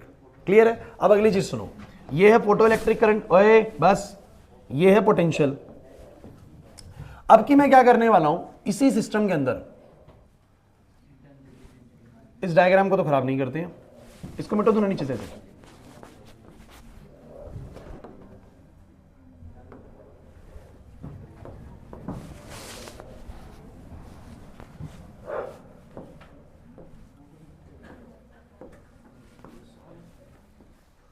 बिल्कुल चुप हो जाओ। सुनो, अब की मैं क्या करता हूं, मैंने पहले हालांकि क्लास में पहले ये वाला करवाया था और बाद में वो वाला करवाया था, कोई दिक्कत नहीं, एक ही चीज है। अब की मैं क्या करता हूं ना, एक बार तो मैं लूंगा 40 वॉट का रेड बल्ब, एक बार मैं लूंगा 60 वॉट का रेड बल्ब, और एक बार मैं लूंगा 100 वॉट का रेड बल्ब। अच्छा क्या फर्क आएगा? क्या फर्क आएगा? Sir red red red frequency same है, लेकिन सर इंटेंसिटी बदल रही हो आप, मतलब कि फोटॉन्स की संख्या बदल रही होगी। क्या बदल रही होगी? ऊपर वाले में मैंने क्या करा, इंटेंसिटी सेम रखी, बस कलर बदलता गया। नहीं आया ना समझ में? पहले शुरुआत में आ जाते ही कराया था। अब सुनना यार, मान लेते हैं कि 40 वॉट वाली लाइट से 7 जूल का फोटोन आया। कितने से बोलो? 40 वॉट वाले से 7 जूल का फोटोन आया, पहले वाला सिनेरियो। और 2 जूल यहां खर्च हुआ, 5 जूल यहां बचा। तुम लोग जानते हो कि 5 वाले भी होंगे, 4 वाले भी होंगे, 3 वाले भी होंगे, 50 बार बता दी वाली चीज है ना। 5 वाले भी होंगे,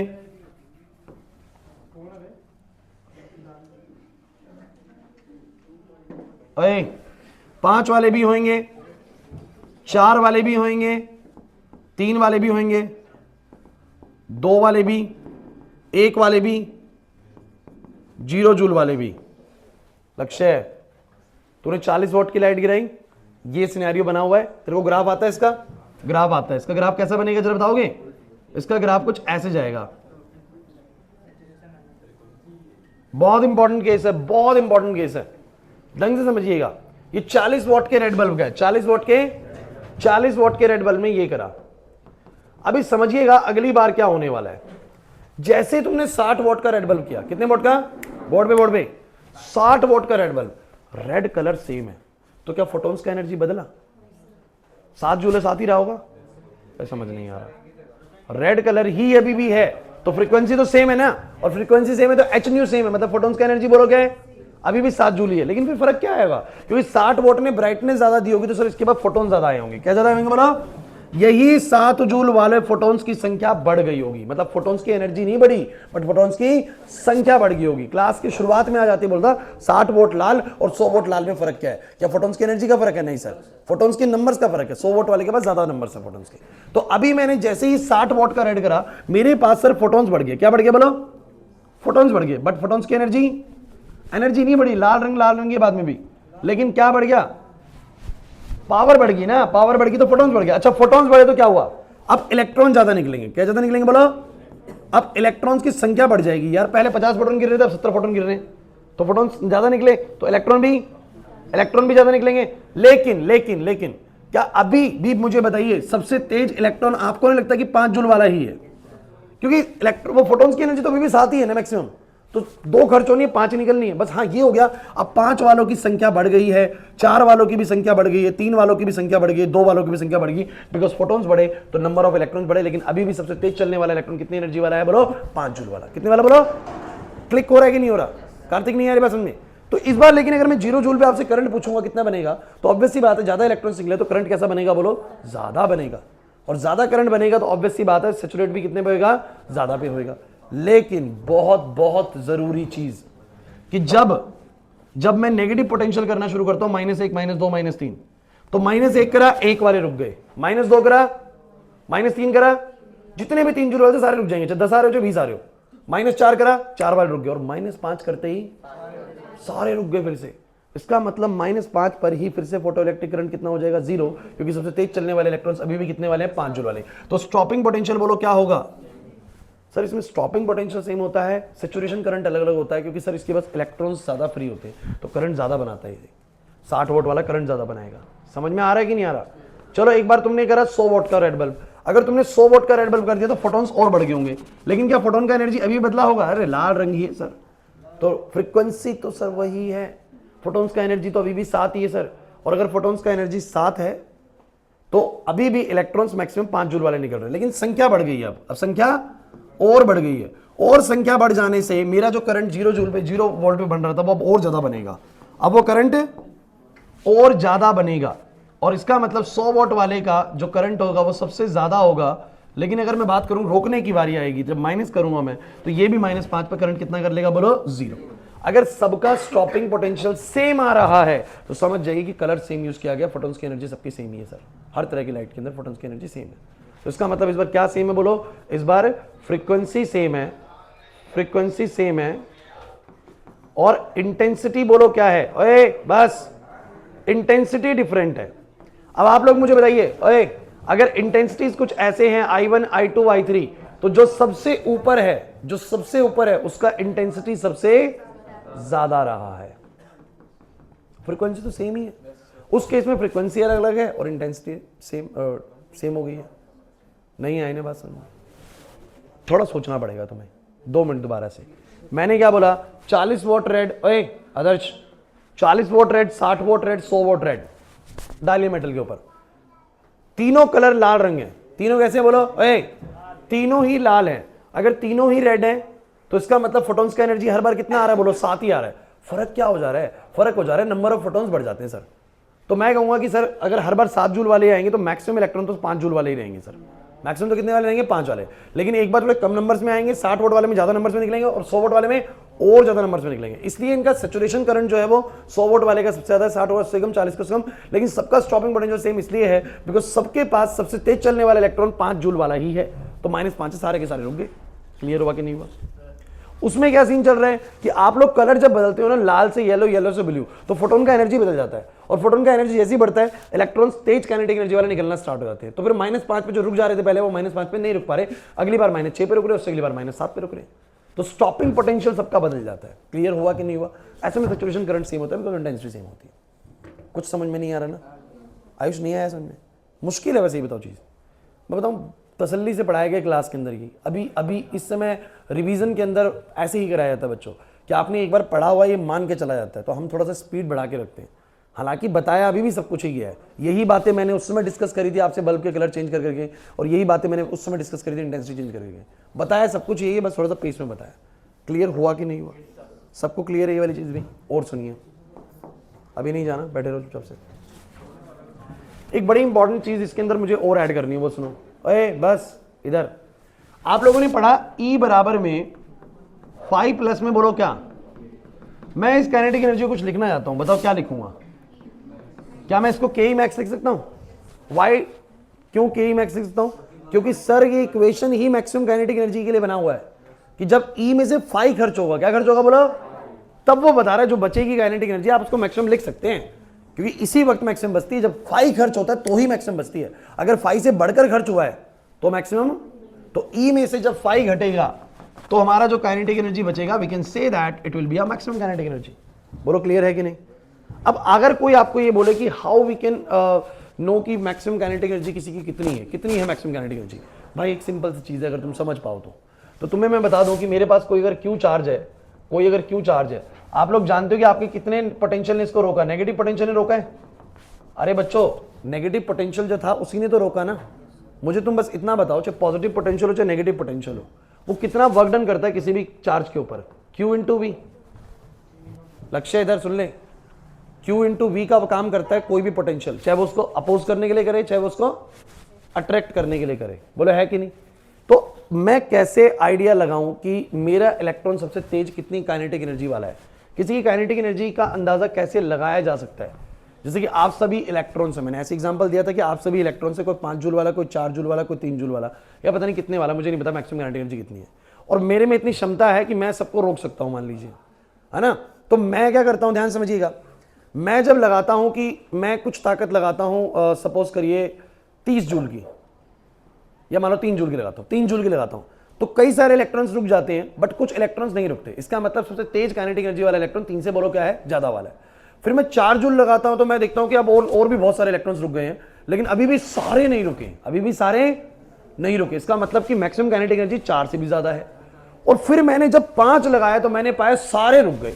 अब कोई भी बच्चा ऐसा नहीं निकला जो मुझे क्रॉस करके चला गया। 5 जूल की ताकत लगाने से सारे बच्चे रुक गए। हर बच्चे को मैं रोक सका, इसको भी रोक सका, उसको भी रोक सका, उसको भी रोक सका। सबका अलग अलग था, लेकिन मैंने देखा कि 5 जूल लगाने के बाद कोई भी बच्चा क्लास का क्रॉस नहीं कर पाया। इसका मतलब कि इन बच्चों में सबसे तेज काइनेटिक एनर्जी मैक्सिमम कितनी होगी बोलो? 5। 4 क्यों नहीं होगी? क्योंकि जब मैं 4 लगा रहा था तो कुछ बच्चे मुझे क्रॉस करके निकल गए थे। इसका मतलब 4 से ज्यादा ही मैक्सिमम काइनेटिक एनर्जी। तो मेरा 5 जूल लगाने पर सारे रुक गए, क्लास के सारे बच्चे रुक गए। हर बच्चे को रोक रोक के देखा और 5 पे सब रुक गए। 5 लगाने पे कोई भी बच्चा नहीं निकल पाया। इसका मतलब सबसे तेज वाला बच्चा भी जो होगा वो कितने वाला होगा? 5 वाला ही होगा। ऐसे तो अंदाजा लगता है।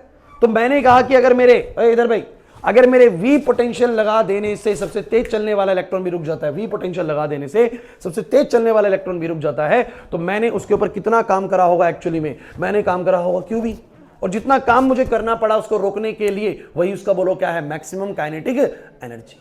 How can you calculate the maximum kinetic energy? भैया मैं ये बोलूंगा किसी भी चीज का जो मैक्सिमम काइनेटिक एनर्जी है वो उतना है जितना उसके ऊपर क्या हुआ बोलो? वर्क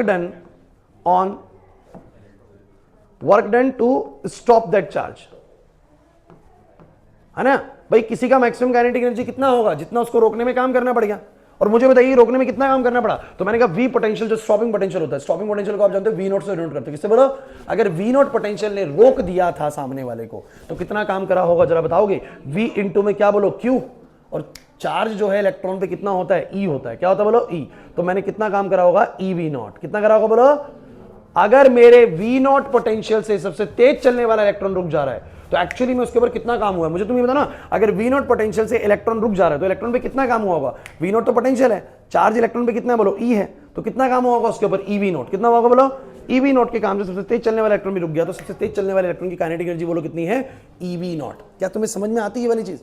ये थोड़ा सा कॉम्प्लिकेट सा है, लेकिन अगर एक बार पकड़ में आ जाएगी, क्या कहना चाह रहा हूं, समझ में आ जाएगी बात, कि किसी की सबसे तेज काइनेटिक एनर्जी का अंदाजा इस बात से लगाया जाएगा कि कितने काम से वो रुक गया। तो V नोट के पोटेंशियल से रुक गया तो काम कितना करा होगा? QV note. क्योंकि V नोट तो आपको बताता है कितना वर्क डन 1 पे हुआ, 1 यूनिट पे हुआ, तो Q यूनिट्स पे कितना हुआ होगा? QV note. तो क्यू वी नॉट के काम से अगर वो रुक गया है तो उसका सबसे तेज काइनेटिक एनर्जी भी कितने का है बोलो, क्यू वी नॉट का ही है। 5 जूल से वो रुक गया है तो उसका सबसे तेज काइनेटिक एनर्जी 5 जूल का ही है। क्लियर हुआ कि नहीं हुआ?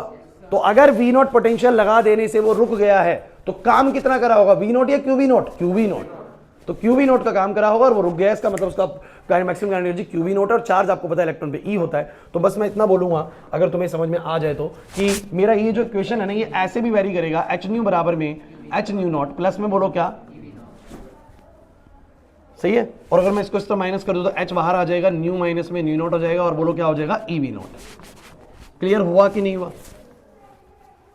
आजकल हम लोग केमिस्ट्री में अभी भी रिसेंटली सभी आ रहे हो ना केमिस्ट्री में, एक दो बच्चों को छोड़ के, y is equal to M X plus C वाला इक्वेशन मैंने आप लोगों को सिखा रखा है, जिसमें ये दिखाता है बोलो क्या होता है स्लोप, और ये क्या होता है बोलो y इंटरसेप्ट।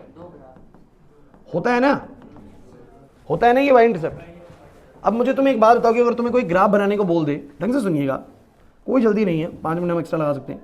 ये हमारा फ्रीक्वेंसी है लाइट का और ये हमारा स्टॉपिंग पोटेंशियल है। मैं मैग्नीट्यूड वाइज ले रहा हूँ, कुछ बच्चे कहेंगे ऊपर वाला एक्सिस पे सर पॉजिटिव होता है, जैसे स्टॉपिंग पोटेंशियल तो नेगेटिव होता है।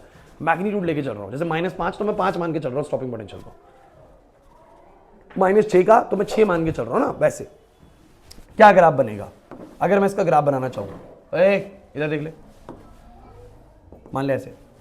अब मेरी पूरी बात सुनना भाई, ढंग से सुनना। अगर मैं इसका वो ग्राफ बनाना चाहूँ, मतलब ये यहाँ पर y एक्सिस पे है वी नॉट, बच्चों इंपॉर्टेंट है, y एक्सिस पे वी नॉट है। दो तरीके से समझाऊंगा, पहले समझाऊंगा ऐसे मैथमेटिकली, दूसरे तरीके से मैं ग्राफिकली समझा दूंगा। y एक्सिस पे ये है, x एक्सिस पे ये है, ऐसा ट्राई करो इसको y equal to mx plus c बनाने का। आजकल अभी रिसेंटली केमिस्ट्री में डिस्कस हुआ था ना ग्राफ समझाते वक्त। तो आ जाओ मुझे बताओ जरा, ये मेरा y हो जाएगा और ये मेरा x हो जाएगा, तो बताना जरा क्या बनेगा, ई वी नॉट बराबर में आ जाएगा एच न्यू माइनस में क्या, और वी नॉट कितना आ जाएगा बाय ई माइनस में एच म्यू नॉट बाय ई। अगर ध्यान से इसको देखा जाए तो ये कौन है बोलो y, ये कौन है बोलो।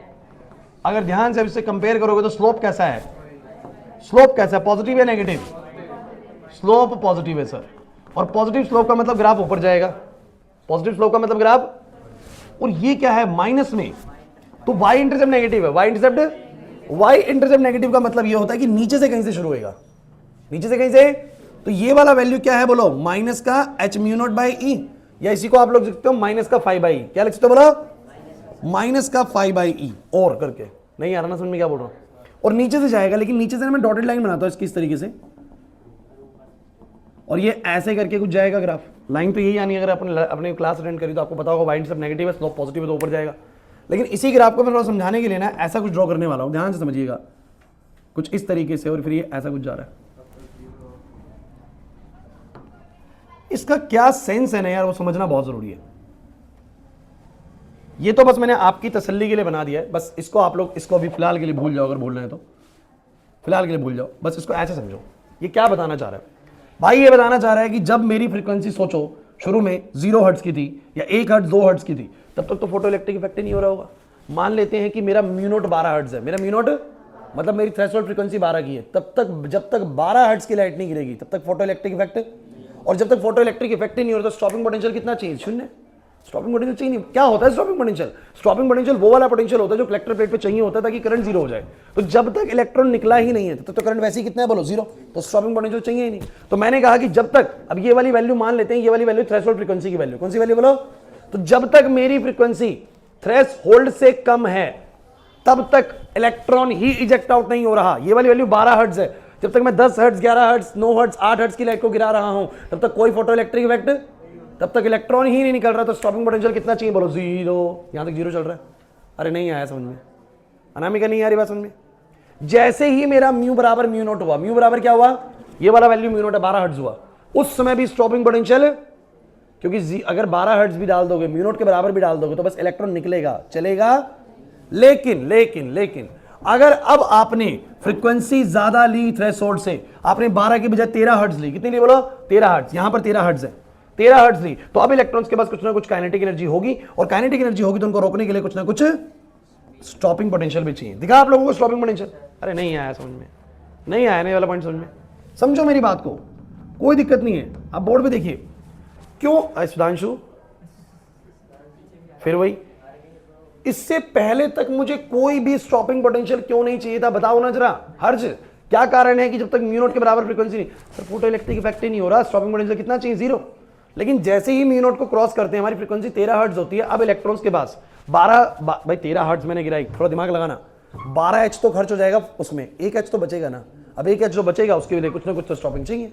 लेकिन जैसे ही मैं 14 हर्ट्ज की करूंगा, अब मेरे पास और फ्रीक्वेंसी बढ़ गई, तो फोटॉन्स का एनर्जी बढ़ गया, इलेक्ट्रॉन्स की काइनेटिक एनर्जी भी बढ़ गई होगी, तो स्टॉपिंग पोटेंशियल भी और ज्यादा चाहिए, तो और ज्यादा चाहिए स्टॉपिंग पोटेंशियल। आपके सर नेगेटिव में चाहिए, अरे यार वो मैग्नीट्यूड वाइज बात कर रहा है कि 2 वोल्ट का स्टॉपिंग पोटेंशियल चाहिए। अरे 14 हर्ट्ज की लाइट गिराओगे, 12 एच खर्च होएगा, तो 2 एच बचेगा ना इस बार, और 2 एच के लिए रोकने के लिए ज्यादा एनर्जी चाहिए होगी, ज्यादा पोटेंशियल चाहिए होगा। 15 हर्ट्ज की गिराऊंगा तो और ज्यादा स्टॉपिंग पोटेंशियल चाहिए, 16 हर्ट्ज की पे और ज्यादा, तो जितनी फ्रीक्वेंसी बढ़ाऊंगा उतना ज्यादा बोलो क्या चाहिए, स्टॉपिंग पोटेंशियल। क्लियर हुआ कि नहीं हुआ? ये ग्राफ क्या बताना चाह रहा है समझ नहीं आ रहा। रितिका नहीं आ रही बात समझ में, है ना? सिंपल सी बात है सर, ये ग्राफ बाद में क्यों उठा, क्लियर हुआ कि नहीं हुआ? सही है। और अगर मैं इस लाइन को थोड़ा सा पीछे की तरफ एक्सटेंड कर दूंगा तो बस ये स्ट्रेट लाइन पीछे इसको कहां पर काटती है, -π/e पे, ये इंपॉर्टेंट है, इंटरसेप्ट को दर्शाता है। क्लियर हुआ कि नहीं हुआ? एक जरा मुझे इस ग्राफ का बताना जरा कि अगर मेरे पास ये 2 ग्राफ दिए हुए हैं, सुनिएगा, एक मेटल पी के लिए बनाया, कल आएंगे क्वेश्चंस हमारे, कल हमारे क्वेश्चंस आने वाले हैं। एक मेटल क्यू के लिए बनाया, ये मेटल पी के लिए और ये मेटल क्यू के लिए, तो आप जरा बताइए दोनों के ग्राफ में क्या मतलब आपको समझ में आता है? सर कहीं ना कहीं जब फ्रीक्वेंसी को बढ़ा रहे होते हैं तो इसका स्टॉपिंग पोटेंशियल मेटल पी के लिए मुझे यहीं पर रिक्वायर्ड होने लग जाता है। इसका मतलब मेटल पी का थ्रेशोल्ड फ्रीक्वेंसी क्या है बोलो, कम है। कहने का मतलब वो जल्दी अपने इलेक्ट्रॉन्स को बोलो क्या कर देता है, फ्री कर देता है, कम फ्रीक्वेंसी पे, और स्टॉपिंग पोटेंशियल की रिक्वायरमेंट पड़ना शुरू हो जाती है। बट मेटल क्यू तो फ्री ही नहीं करता इतनी फ्रीक्वेंसी तक, इसका मतलब इसका थ्रेशोल्ड फ्रीक्वेंसी बोलो क्या है। जैसे कि मेटल पी 12 हर्ट्ज पे कर दे रहा है, तो 13-14 हर्ट्ज पे तो उसको चाहिए स्टॉपिंग पोटेंशियल, लेकिन मेटल क्यू तो 13-14 हर्ट्ज तक अपने इलेक्ट्रॉन्स को फ्री, स्टॉपिंग पोटेंशियल ही 0 चाहिए। इसका मतलब इसका कहीं ना कहीं 16 हर्ट्ज पे जाके पहली बार इलेक्ट्रॉन रिजेक्ट हुआ, उसके बाद ही स्टॉपिंग पोटेंशियल की रिक्वायरमेंट पड़ी। तो जब मेटल्स ऐसे बने हुए आएंगे तो इसका थ्रेशोल्ड फ्रीक्वेंसी कम है मेटल पी का, और इसका थ्रेशोल्ड फ्रीक्वेंसी बोलो क्या है, ज्यादा है, तो इसमें लेट स्टॉपिंग पोटेंशियल की रिक्वायरमेंट पड़ती है। रितिका नहीं आई बात समझ में? नहीं आया ये वाला, सबको आ गया समझ में? पहले भी करवाया था ये चीज मैंने, पक्का क्लियर हो रहा है कि नहीं हो रहा? और अगर आपसे इन दोनों के बीच के ग्राफ का वो पूछे स्लोप और इंटरसेप्ट, वी नॉट और फ्रीक्वेंसी के बीच का ग्राफ बना, बोले स्लोप बताओ, तो स्लोप बोलो कितना बोलोगे बच्चों, h/e, और मुझे बताओ जरा y इंटरसेप्ट बोलो कितना बोलोगे, माइनस का π/e। 2 मिनट लूंगा बस मैं भी, और भी क्योंकि खत्म करना बहुत जरूरी है, 2 मिनट लगेंगे, कोई नहीं, कोई जल्दी नहीं है। आप मुझे बताओ, बस चुप हो जाओ, E बराबर में, बस ये इसी से रिलेटेड है। आपको पता है ये काइनेटिक एनर्जी मैक्सिमम होती है, ये h न्यू होता है, ये बोलो क्या होता है, और प्लस में क्या होता है बोलो, maximum kinetic energy. Class class class please. तो मुझे तुम बताओ कि अगर मैं इसका ग्राफ बनाऊं, मैं इस एक्सिस पर ले लूं बच्चों काइनेटिक एनर्जी, और इधर ले लूं बच्चों फ्रीक्वेंसी, तो आप लोगों से मैं जानना चाहता हूं कि किसी भी मेटल का ग्राफ कैसा बनेगा। यार फिर वही बात आएगी, मान लो कि किसी मेटल की थ्रेशोल्ड फ्रीक्वेंसी 12 हर्ट्ज है, कितनी बोलो 12, तो जब तक आपकी फ्रीक्वेंसी इस 12 से कम है, जब तक आपकी फ्रीक्वेंसी इस 12 से कम है, तब तक तो इलेक्ट्रॉन निकलेगा ही नहीं, तब तक तो इलेक्ट्रॉन, तो काइनेटिक एनर्जी कितना होगा, 0। अरे यार वही चीज है, स्टॉपिंग पोटेंशियल भी इसीलिए नहीं चाहिए था क्योंकि काइनेटिक एनर्जी थी ही नहीं, तो काइनेटिक एनर्जी 0 है, इसीलिए स्टॉपिंग पोटेंशियल भी तब तक बोलो कितना है, 0 है। लेकिन जैसे ही थ्रेशोल्ड फ्रीक्वेंसी को क्रॉस होगी वैल्यू, जैसे ही वैल्यू किसको क्रॉस होगी, थ्रेशोल्ड फ्रीक्वेंसी को, electrons will eject out with some kinetic energy, If you take a frequency of 13 hertz, it will be a kinetic energy of 5 or 10 joules. 14 hertz और ज्यादा, 15 hertz और ज्यादा, 16 hertz और ज्यादा, ऐसे बनेगा नहीं बनेगा? सेम ग्राफ बनेगा कि नहीं बनेगा? लेकिन इस ग्राफ का स्लोप और वाई इंटरसेप्ट बच्चों अलग होने वाला है, ये एग्जामिनर का क्वेश्चन है, तो वो आपसे क्वेश्चन करेगा, टेस्ट में क्वेश्चन आएगा, ध्यान रखना, हर बार आता है, इंपॉर्टेंट क्वेश्चन है। तो मुझे तुम बताओ जरा, ये y पे है, वो x पे है, तो ये y और ये x, तो मुझे बताओ क्या बनेगा, काइनेटिक एनर्जी बराबर में आएगा h न्यू माइनस में, जल्दी से बताओ, ये कौन y, ये कौन, इसका स्लोप बोलो क्या है, उसका स्लोप क्या था h/e, स्लोप दोनों का पॉजिटिव है, ऊपर ही जाएंगे, लेकिन थोड़ा सा एक ऐसे ऊपर जाएगा, एक ऐसे ऊपर जाएगा। एक का y इंटरसेप्ट कितना है बोलो, इसका y इंटरसेप्ट बोलो कितना है, माइनस का h न्यू नॉट, यानी बोल सकता हूं माइनस का फाई। इसका मतलब अगर मैं इस लाइन को पीछे की तरफ कभी एक्सटेंड करूं तो ये कहां पर इसको y लाइन को काटेगा, -5 पर काटेगा। ये बस समझने के लिए, बस वैसे कि कहां काटता है उसको, तो y इंटरसेप्ट नेगेटिव है स्ट्रेट लाइन का, हर स्ट्रेट लाइन कुछ ना कुछ जगह पे काटेगी y एक्सिस को, तो उसका वो y एक्सिस वाला पॉइंट है। ग्राफ समझ नहीं आया सर, ये ग्राफ ऐसे क्यों गया और ये वाला ग्राफ ऐसे क्यों गया, समझ में आ गया? भाई मेरी तरफ से ना सुन लो, फोटो इलेक्ट्रिक इफेक्ट, 1 मिनट है, फोटो इलेक्ट्रिक इफेक्ट में आप लोगों को शुरू से पहले बल्ब्स के बारे में इंफॉर्मेशन होनी चाहिए। When you change the intensity, what will happen? When you change the color, what will happen? Second चीज, आपको फोटो इलेक्ट्रिक जो मामला है ना, ये पता होना चाहिए कि चल क्या रहा है, उसका इक्वेशन पता होना चाहिए। E = बोलो क्या होता है, 5 प्लस में क्या K, इसमें पता होना चाहिए जो E में से जब 5 घटता है तो मैक्सिमम काइनेटिक एनर्जी आती है। फिर पता हो कि सारे इलेक्ट्रॉन्स की काइनेटिक एनर्जी एक जैसी नहीं होती है। इसी कारण से जब मैं नेगेटिव पोटेंशियल करना स्टार्ट करता हूं तो धीरे धीरे करंट कम होना शुरू हो जाता है बच्चों। क्लियर हुआ कि नहीं हुआ? फिर आपको पता होना चाहिए जब मैं इंटेंसिटी सेम लूं, कलर अलग लूं तो क्या होता है, जब मैं इंटेंसिटी अलग लूं, कलर सेम लूं तो क्या क्या ग्राफ बनता है, और आपको फिर स्टॉपिंग पोटेंशियल का फ्रीक्वेंसी के साथ और काइनेटिक एनर्जी का फ्रीक्वेंसी का ग्राफ पता होना चाहिए। एक बात ध्यान रख लीजिए, हमारी नेक्स्ट क्लास परसों है। आप अगर सच में अच्छे से तैयारी करना चाहते हो ना, तो ये मेहनत करके आना कि घर से ड्यूअल नेचर का फोटो इलेक्ट्रिक इफेक्ट पूरी तरीके से अपने लेवल पे तैयार करके आना, कि जैसे पेपर के लिए तैयार कर रहे हो। करके आओगे तुम्हें एमटीजी बहुत बढ़िया लगेगी करने में, नहीं करके आओगे एमटीजी में फंसेंगी चीजें, फिर ये ग्राफ फंसेंगे। वीडियोस से कवर करो तसल्ली से, अगर वीडियो तसल्ली से देखनी, पिछली वीडियोस कवर कर लो। हो रहा है कि नहीं हो रहा? कर पाओगे? जाओ।